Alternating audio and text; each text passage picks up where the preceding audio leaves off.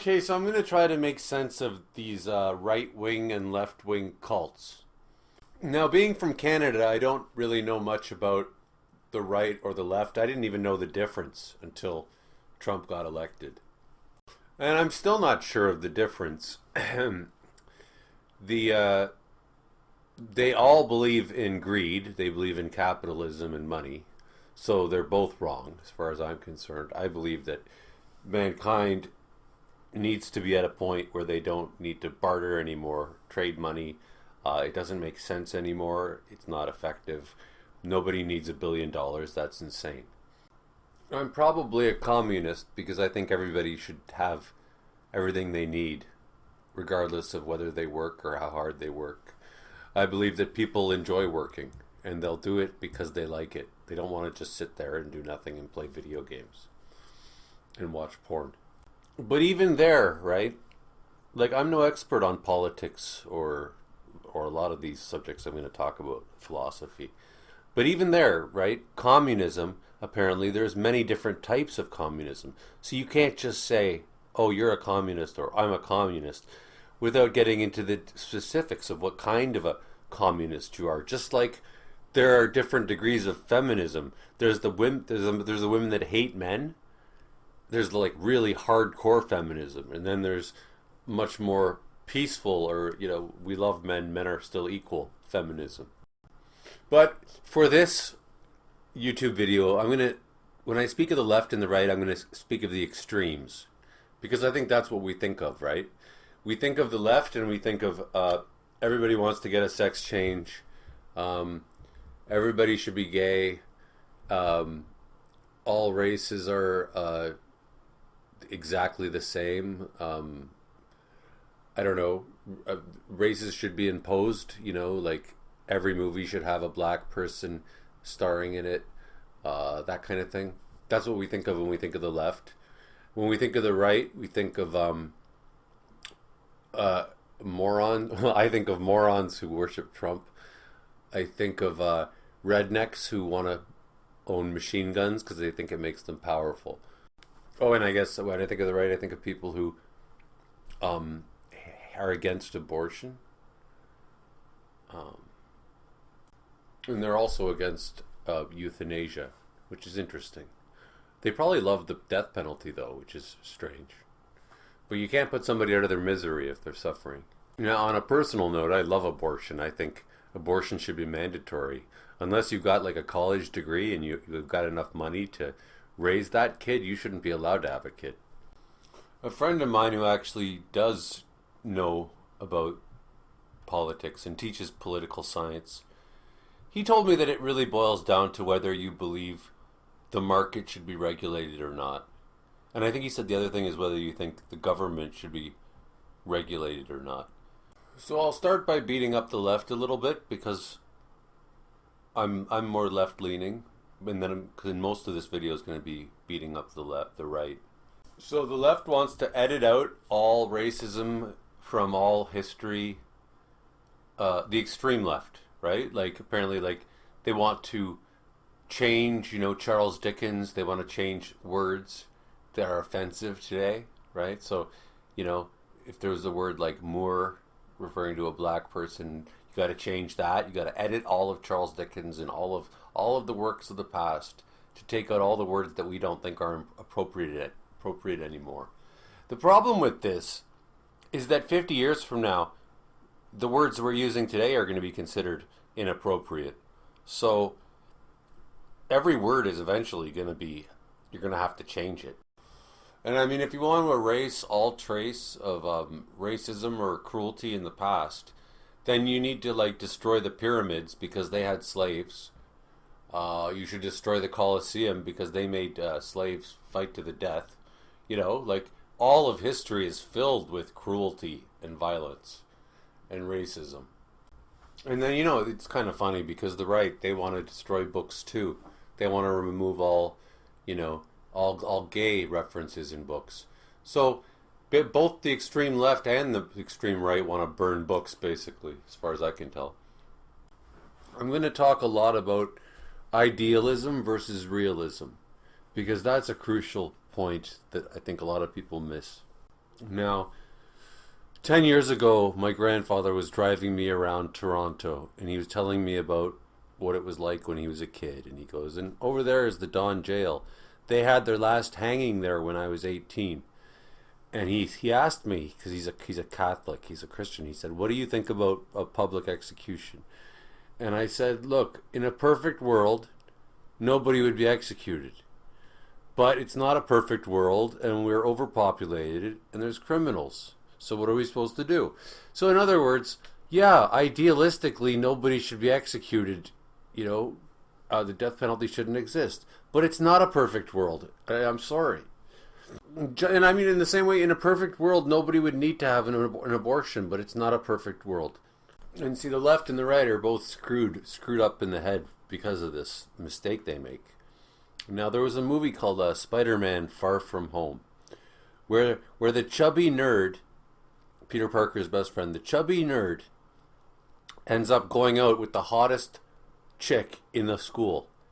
And I'm like, I'm sorry, that doesn't happen. There is not a high school on the planet where that has ever happened. And there's these movies where the nerds and everybody's got a gay friend, everybody's got a black friend, everybody's got an Asian friend, everybody's got an Indian friend. It doesn't work. That's very uncommon in North America. And maybe it will become common. I don't know. But as of yet, it doesn't really. And I'll give you a little example. In the real world, and you don't have to like it. I don't like it. But in the real world, what happens is girls like guys that are bigger than them. Guys like girls that are smaller than them. That's the general. I mean, some people aren't like that, but most people are like that, right? So what ends up happening is Asian females get invited to all the parties, and black guys get invited to all the parties. The Asian males and the black females stay home on the weekends, and they play Dungeons and Dragons together because nobody invites them to the parties. And the left goes even further with, like, for example, okay, look, wheelchair accessible ramps. I understand that, okay, and I agree with it. It's great, but there's got to be a limit, right? You can't have wheelchair accessible ramps for mountain climbing. You can't have wheelchair accessible ramps for ladder climbing. You can't have a wheelchair accessible ramp go all the way onto the beach at the beach, or go like go into the rainforest or the jungle in case you feel like going on safari, because people who need wheelchairs make up like 1%, if that, of the population, right? So you can't inconvenience 99% of the population for that 1%, because there's also the 1% of the population that's blind, right? So that would mean that you would need like an audio interpreter for every movie in every theater that explains what's going on in case somebody's blind. For the deaf people, you'd have to have closed captioning for every movie in every theater. I'm going to extremes, but it always goes to extremes. That's what people say, oh, it would never get to that. But it does get to that. Because I'm talking about the extreme left. I've joked about it. Like, your mind can, like, okay, so skinny people shouldn't be allowed to wear bikinis because it makes overweight people feel bad about themselves. People shouldn't have sex because it makes people who can't have sex feel bad about themselves. There's this TV show called Bridgerton, and it's set in Victorian England, okay? And they've got like an Asian lady playing the Duchess of like Sussex or something. They've got a black guy playing the Earl of like, Wales. And I'm like, wait a second, Victoria, England was the most racist time and place, ever. So I'm not sure what they're doing. I mean, if anything, they should be putting down Victorian England or pointing out that it was awful in that way. But I guess idealism knows no bounds. We can change history, so sure. Look, and I've said before, right? I live in Toronto, the most multicultural city in the world. And I say, like if I had my way, the only people allowed in the country would be hot, young, blonde supermodels. But I have to accept that that's not reality. In a perfect world, I would live in a castle and I'd have a dragon as a pet. But in reality, I live in a tiny little apartment. And the right has this problem as well because they think, oh, in a perfect world, I'd be a millionaire, right? That's the extreme right. They all think that they should be millionaires, and the only reason that they're not millionaires is because the left is screwing them over. That's why they like Trump. That's why they identify with him because they think that they're millionaires like he is. What's his name? John Steinbeck said that the problem with America is that the poor people, they all think that they're just temporarily inconvenienced millionaires. And it's funny. Okay, so the left, they don't want pronouns, but then they want to have sex changes and be called she and he. So they want both things. And it's like, well, what is it you want? Do you want to not have pronouns or do you want to have pronouns? Like, I write fiction and I'm not sure whether I should make the character a male or a female or just say they or them, right? It's confusing. And I mean, I guess on the right, they love fossil fuels, but they don't want to admit that dinosaurs were real. And when I say that, I mean like real dinosaurs, not the ones that lived 2,000 years ago. Oh, and doorknobs should be 1 foot high in case somebody is a small person. Who, I'm not sure if they, little people, midget, dwarf, right? You know what? I'm sure all three of them have been considered rude, incorrect, inappropriate. So I don't know what to even say anymore. I guess you're just not supposed to talk anymore. Yeah, I tend to call the extreme right, the extreme left, I call them nerd bullies. Because they basically were nerds their whole life, for whatever reason, whether they were overweight or short or whatever it is. They were a minority of some sort. And now they get to be the bully against the person that used to bully them. So they're nerd bullies. They'll pick on you for being white or for being tall or for being straight. And I knew a girl who told me about a girl she knew who was she was a female, she was gay, and she was Indian. And she would use those three things to win arguments against anybody. So if she was ever talking to a white person, she would use the race card. If she was ever talking to a straight person, she'd use the gay card. And if she was ever talking to a male, she would use the female card. So she would use that to win every argument. So that's a nerd bully. And on a side note, a funny thing that happened a few months ago, there was a serial killer who had a sex change, but they didn't say whether it was a man or a woman, whether it was born a man and became a woman, or whether it was born a woman and became a man. And and men have a much higher rate of being serial killers than women. So in that case, if the person was born a man and became a woman, then the sex change was a failure because they still became a serial killer. But if they were born a woman and became a man, then the sex change was a success because more men are serial killers. Now I talk about cults and conspiracy theorists, and in particular the right. Okay, so the Sophists were like early Greek philosophers, and basically what they did was they were experts in winning arguments with rhetoric. Rhetoric means like saying something in a way that's persuasive, as opposed to saying something that's true. So you wonder why people like Trump. Well, he tells them what they want to hear, not what's true, and he uses rhetoric. I knew a girl who was in a relationship with an abusive guy once, and somebody asked me, he's like, why the hell is she dating him? He's such a loser. And I go, do you really want to know why? And he goes, yeah. And I go, because he tells her what she wants to hear, right?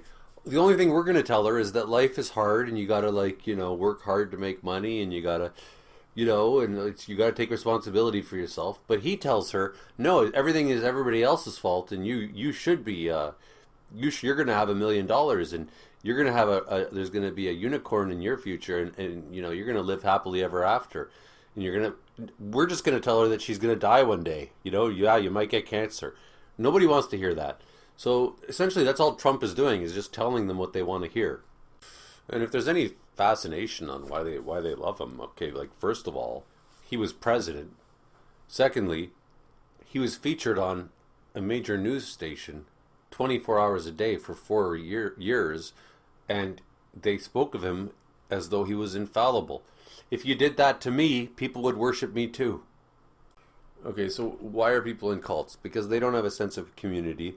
America is a very young country. They have a very thin community. I mean, what are they? What are they known for? Apple pie and guns.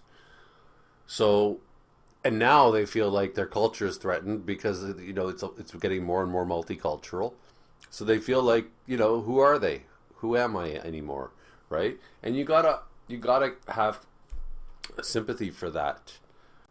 Oh, and the other reason people go into cults is because they're not educated. They should have critical thinking skills. They should be able to realize, like, the difference between what they want to hear and what is true. You know, there are no two sides to the story. There's only one side to the story when it comes to reality. Okay? If you jump off a building, you're going to fall and die. Okay? You might not want to believe in gravity, but you'll die. That's the only side of the story. And I'll add that if you don't believe in gravity, you should probably be locked up for your own protection. And I would extend that to people who think the world is flat, or people who don't believe in viruses. They should be locked up for their own protection. And the fact that the world is 1 billion years old, or whatever, 300 million years old, that's reality, okay? That's what you teach in science class. If you want to teach creation, you teach it in fiction class, like storytelling class, or in religion class. You want to teach that 2,000 years ago there was a guy with superpowers. You can do that in religion class, but not in science class. I mean, it's really convenient that, you know, this guy could, like, walk on water and turn water into wine at a time when there was no cameras to, like, record that. There's no proof of it or anything, right? That's very convenient. And, you know, there came a point when I was like, you know, I can't believe all these people don't believe in science and they don't think the virus is real. And I'm like, wait a second. These people think there was a guy with superpowers 2,000 years ago. So, of course they would, like, they would think anything. Like, of course they think the virus isn't real. But you know what's funny about these people who prefer to just, well, they believe in what they prefer to believe in? They have no problem with science when it works for them, right? So when it comes to having a computer or a television set or a cell phone, they don't question that. They're quite happy to use that. They don't say, oh, that's not real. A cell phone isn't real. That doesn't work. As I said, like, dinosaurs existed 2,000 years ago, yet we're happy to use fossil fuels, which scientifically only work because they're like 100 million years old, because they come from dinosaurs. Oh wait, I double checked it. It's most of the fossil fuels come from plants and earlier animals before dinosaurs. So hundreds of millions of years ago, though, way before your story of reality. You know, so where do these fossil fuels come from? Like, how can you explain that? Well, they don't ask. They just like their cars. They love their cars, so they'll use gas, and they don't mind calling them fossil fuels, even though the term fossil fuels contradicts the idea that the dinosaurs were on Noah's Ark. Right? Like, even the very word fossil contradicts the idea of that the world is only 2,000 years old. You know, and why do people want to believe that the world was flat? Because it's a lot more simple.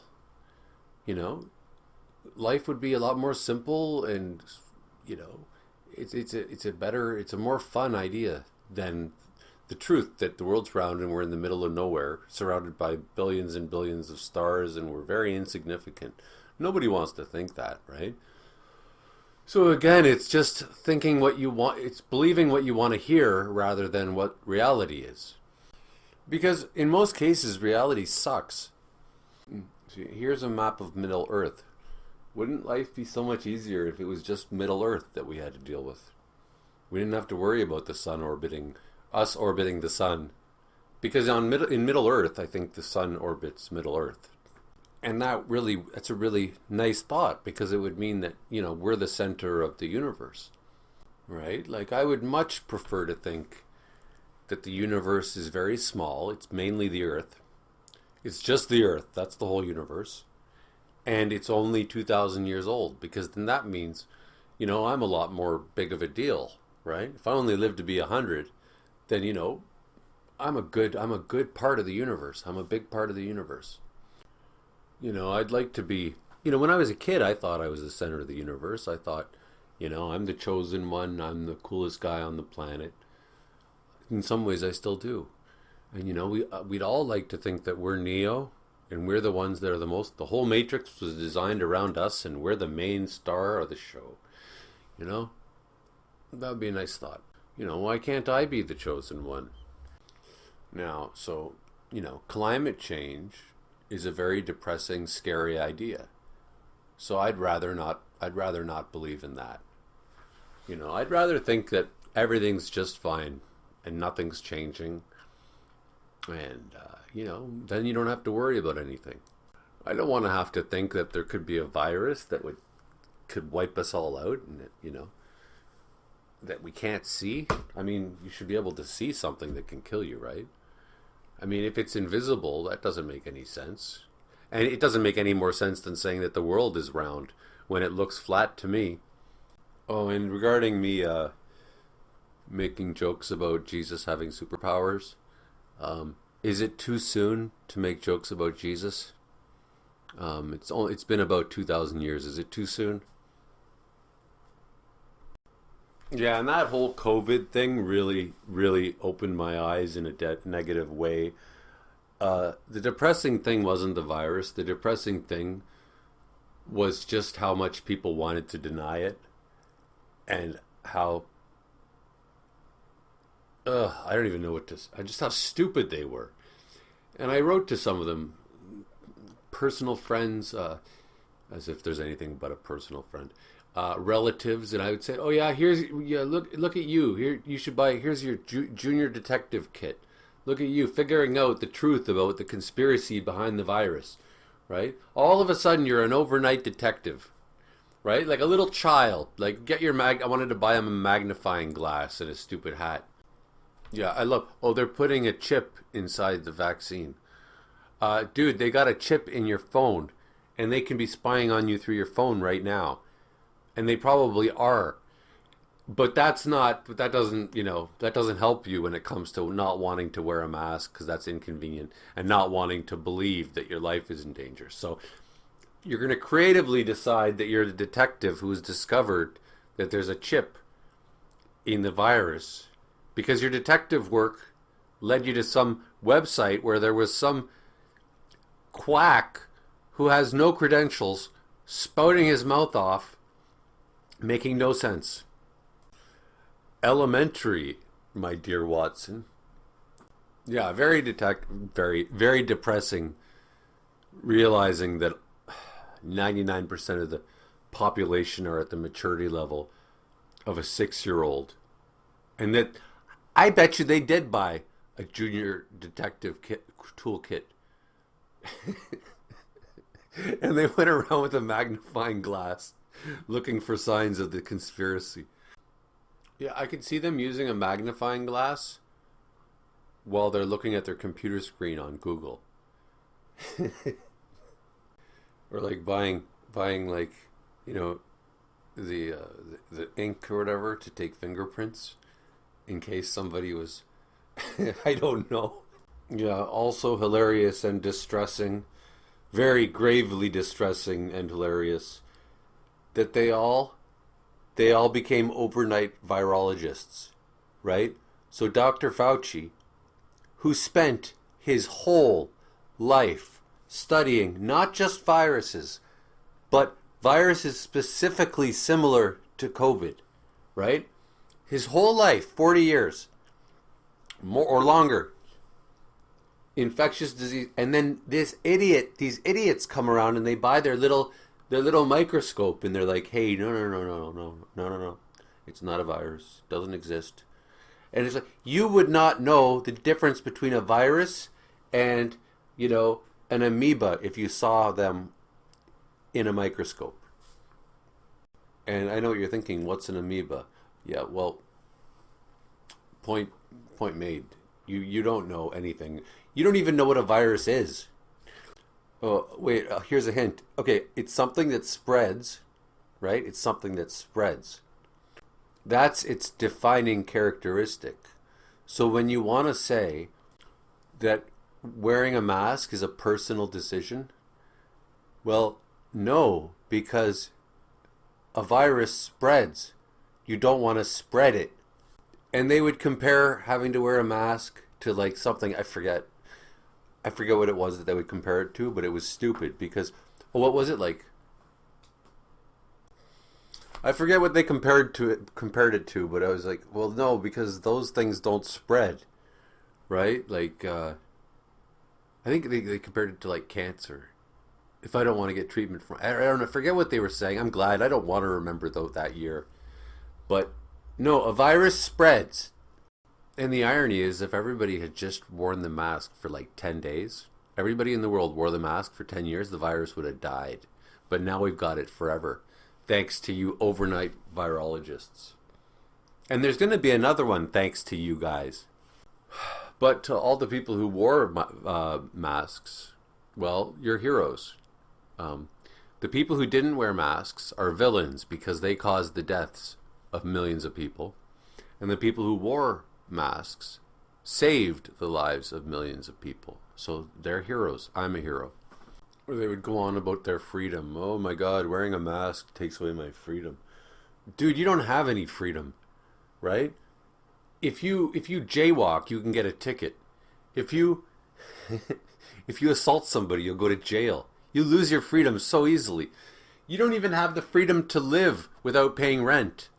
You have to pay rent. You have like no freedom. You're a slave. So let's title this video Cults, Conspiracies, and Lack of Critical Thinking and Idealism over Realism. If you support gays, click like. If you respect blacks, comment. If you think women are people too, click the notification bell. And if you care about sick children, subscribe.